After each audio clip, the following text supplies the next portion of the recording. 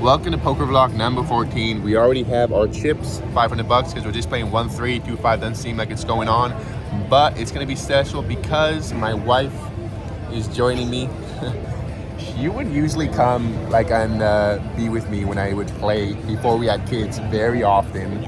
But once we had kids, of course, she's got to take care of them while I play. So we have a babysitter tonight, so decided let's do like the old days. She's gonna just sit down behind me and hang out while I play. Watch the game. And watch the game and maybe get some B-roll shots for the vlog. And so we're just waiting for, I'm first in line to play 1-3, so it should be quick. So if they pick one of them up, I'll be able to play. So we're just waiting and we'll get a seat and we'll go play. We hear our name a couple minutes later to play the 1-3, so we sit down, put the $300 on the table, $200 in our pocket. We get the wifey some lobster, so she has a full belly to be able to watch happily us play, and let's jump right into the first hand. First hand in, we got King Jack off and under the gun 1. Under the gun limp, so I make it 15 and get the small blind and under the gun to call. So we go 3 ways to a flop. Flop comes 5-10 Jack, so we have top pair, King kicker. Now under the gun leads out. He goes all in, but it's just $25. So of course, we're not folding here. I did consider briefly about raising in case the small blind has a draw. But at the end, I decided just to call because if I raise and he calls me, I'm probably way behind. Or if he jams, something like that. So I do just call. Small blind folds, so let's see the run out. Turn is an 8, river's a queen's not the best run out since now 89 is a straight and there's a lot of 2-pair combos. But he does not want the show, so I'm feeling pretty good. I flip over my hand and he flips over queen 5 for flop bottom pair, river 2-pair. So definitely felt like a slow roll since if you don't want to show, it means you don't have anything, even top pair. So 2-pair is a pretty strong hand, even though there's a 4-liner to a straight. So in the future, if this player doesn't want to show, well, he'll have to muck since I don't want people taking advantage either. That I try my best to have a good etiquette. And if they want to show, I'll show, because when they do stuff like this, kind of seems like maybe they want to get information from me before showing themselves. So he takes this one down and let's move on to the next. Now we've got ace jack off and under the gun, and now we've been over an hour playing, so definitely not getting many hands or just raising and having to fold on a flop. So not what I was hoping for when I bring my wife to play, but anyways, it is what it is. We can't control that.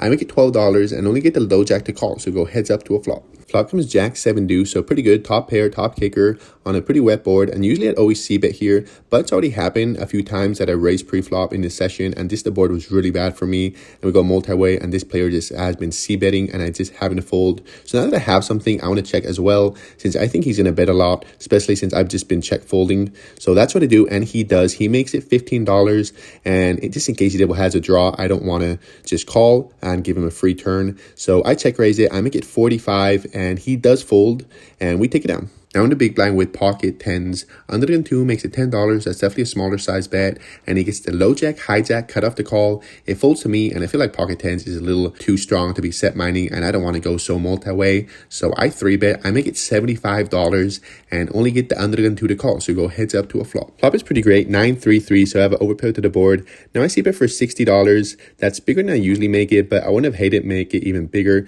since there's a lot of bad turns in rivers, any jack, queen, king, or ace, and I don't want to give a cheap price for just overcards to float. So that's what I do. I make it $60 and he does end up folding, so I'm happy with that. We take it down. On to the next, we have ace 10 suited in the hijack. I make it $12 and get the small blind and big blind to call, so we go 3 ways to a flop. Flop comes queen jack 6, so we don't hit, but we got a gut shot to the nuts, an overcard, and a backdoor flush draw. That's definitely enough to have plenty good turn cards, turn my hand into a bluff, and hopefully we can improve. But things get funny because now the small blind, the action player tells me that he hit the board. When it checks to me, I did believe that the small blind was saying the truth, that hit the board, but I did not think that he would be saying this if he hit top pair. So I felt like most likely he had middle pair or bottom pair that could definitely get the fold. So I'm going to go with the plan. I c-bet for $18. The small blind does call and the big blind folds, so we go heads up to a turn. Turn is a queen that pairs the board, so definitely not the best card that I was hoping for to be able to keep this bluff going. But the small blind checks to me. As I said, I just didn't think he'd say that if he had a queen, so I'm going to keep it going. I make it $25 since I think if I had a queen, I wouldn't make it too big. I would make it on a smaller side trying to get the jacks or bottom pairs to call. So that's what I do, and he does fold. So my guess was that it was a bottom pair since I think the jack will still be calling on a turn, and we take it down. Now we're under the gun with queen jack suited. I make it $12 and get the hijack, cutoff, and button to call, so we go 4 ways to a flop. Flop comes 3, Jack 3, so 2 pair, queen kicker, pretty good, but with 3 players left to talk after me, and they've been playing pretty wide, so I'd be surprised if they have some suited 3s in their range as well, and of course they could have queen jack and ace jack. I decided to check, knowing that I will give a free card to a flush draw, but just to kind of see where I'm at. If I bet here and get a bunch of callers, I'm definitely not going to love this spot. So I decided to go more into a check call mode. So that's what I do. Hijack checks as well. Now the cutoff makes it $15. Button calls, we call, hijack full. So 3 ways to a turn. Turn is not the best. It's an 8 of hearts. So the flush comes in. I check. Cutoff keeps it going. Now he makes it 25. Button calls, and definitely not liking this spot now, but for just 25 and after checking the flop, I think I definitely look weaker than I am. So I do call. Here's another card that's not that great. It's a 10, so now Jack 10 beats us as well. I check, and the cutoff does check now, but the button bets, and he makes it $75 and onto us, and I don't really see many hands that I'm beating since the flush gets there, and almost every Jack beats us too, except Jack 9, Jack 10 is 2 pair, Jack 8 is 2 pair, and of course Jack King and Jack Ace. So yeah, I do fold, cutoff folds as well, so the button takes it down. Now we're in a small blind with ace 10 suited. Under the gun 1 makes it 15, and he gets 3 callers and onto us. And yeah, I don't want to call here and go super multi-way out of position. And of course, I'm not folding. So I'm going to go the aggressive route. I make it $80. That's definitely on a smaller size, but I felt like I was going to get the job done and get the good news when everybody folds. So happy to take down $60 without having to see a flop. And let's move on to the next. Now we're in the button with queen jack suited. Under the gun makes it 15. It folds to us. And if he was in later position, I'd definitely consider 3-betting. But against under the gun, I'm happy calling and seeing a flop in position. So that's what I do. And a small blind calls as well. So 3 ways to a flop. Flop comes deuce, ace 6. So we really have nothing going on. And it checks to us. And yeah, with no backdoors, maybe just a backdoor straight draw, but that's very optimistic. I don't feel like I have enough to bluff. So I check back. Turn is a jack, so we have second pair, but a flush comes in. But once again, it checks to us. And thinking back, I do think there's merit in betting here. I feel like most of the time our hand is good when it checks to us twice.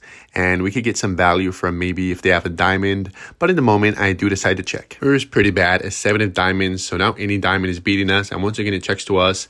And yeah, I don't want to turn my hand into a bluff, because if I bet here, it's definitely too thin since any diamond is beating us. So I check, and somehow we are good since small blind has pocket 4s and under the gun has pocket 8s, and neither of them have the diamond. So our pair of jacks is good. We take it down. Now we're in the cutoff with ace 10 suited. Under the gun makes it 15. It folds to us, and I call. I'm definitely not a fan of, maybe in the button, but with people left to talk, I prefer just 3-betting here. And under the gun was pretty wide, so I think ace 10 is good a lot. But in the moment, as I said, I do just call. Button calls as well, so we go 3 ways to a flop. Flop comes ace queen 5, so we have top pair, 10 kicker. Now the gun decides to check, and I decided to check here just to pot control a little bit since my kicker isn't the best, and I got a button left to talk, and there's not that many bad turn cards. So that's what I do, and the button bets, he makes it $35. Under the gun calls, and I think the only thing to do here is call, so that's what I do. Let's see the turn. Turn is a 4. Once again, it checks to the button, and he keeps it going. He bets $75. Under the gun calls, and yeah, this is why I refer to 3-betting pre-flop, since I have a better understanding of the range, because I don't know what the button could have here now. Maybe he has ace 4, ace 5, pocket 5s, pocket 4s. So yeah, definitely not liking this spot, and the under the gun calls, and I do end up just folding. River comes a jack, and he goes check, check, and under the gun has king 10 for, he called twice with a gut shot and hits it on the river. So the button just mucks, so I don't know if I was actually good on the turn, and under the gun takes it down. Now we're in a small blind with ace 5 suited. Hijack makes it 15, button calls, and I decide to call. I don't recommend this. I should not be calling here. I should be 3-betting, or if not folding. I think what happens sometimes, I was on a pretty bad run, and I think with these bad runs affect me in a way that sometimes I play passively, and I think the logic behind it is I don't want to lose more money, so I kind of go in damage control. I'm thinking if I don't 3-bet, I keep the pot smaller, so less chances I lose a lot of money. But that is not the right way of thinking with poker, because calling is what's going to make me lose the most money in the long run. I think the most profitable play here is 3-betting, and if not folding. So that's what I should stick to. It doesn't matter what's happening in the moment. I can't be results oriented. What only matters is what makes the most money on the long run. And in this spot, it is 3-betting. So hopefully in the future, I'm working on it, not letting the results affect me in this way. That makes me play not as optimally as I could, because I knew I should have 3-betted here. I just didn't do it, and that just happens. Emotions affect us sometimes when we play, and I don't think we should get upset in the moment either, because we all make mistakes. It is what it is. The goal is to not let those mistakes make us go on tilt while playing, and just catching those mistakes and figuring out ways to work on it to try to make it as less likely as possible to happen in the future. So yeah, this was definitely a mistake, and hopefully you see less of it in the future. And let's move on to the hand. Big blind folds, so we go 3 ways to a flop. Flop comes 5, jack, 8, so pretty good. Nut, flush draw, and bottom pair. So it checks now to the button, and he bets $23. And this player, he's pretty tight, so I don't think he's calling that wide from the button. So I don't think he hits this board too much. Max, he has 1 pair with the jack, and I'm blocking pocket 5, so he could have pocket 8s. I don't know if he's 3-betting pocket jacks, and maybe sometimes, so maybe he has some combos of pocket jack. But altogether, I think most likely this has a 1-pair hand, and I think I could get him to fold that. So I decide, since I played passively pre-flop, let's play aggressive post-flop. I make it 69. It folds to him, and he does this whole talk about how he'll just let me have it because I'm with my wife, and fold. So happy with that, we take it down. Now we're in the button, and we look down at the best hand of the session, ace queen off. It looks so pretty. Under the gun 2 makes it 15. It folds to us, and this guy's been playing super wide, so I'm gonna 3-bet him. I make it $45. Folds back to him. He calls. Flop comes ace high. He checks, and I'm getting ready to bet, but he pretty quickly folds, so we take it down, and that brings us to the last hand of the session. We got pocket 5s in the low jack. There's 2 limpers, so I make it $18 and get the button and big blind to call. So 3 ways to flop. Let's see if we could end the session with a set. Nope, it comes 8, ace, 10, so not much going on for us. So when big blind checks, I check, and the button goes all in. Big blind snap folds, and as you can see, that stack is a good amount more than the pot, so I fold. And yeah, let's rack up, cash out, and see how we did.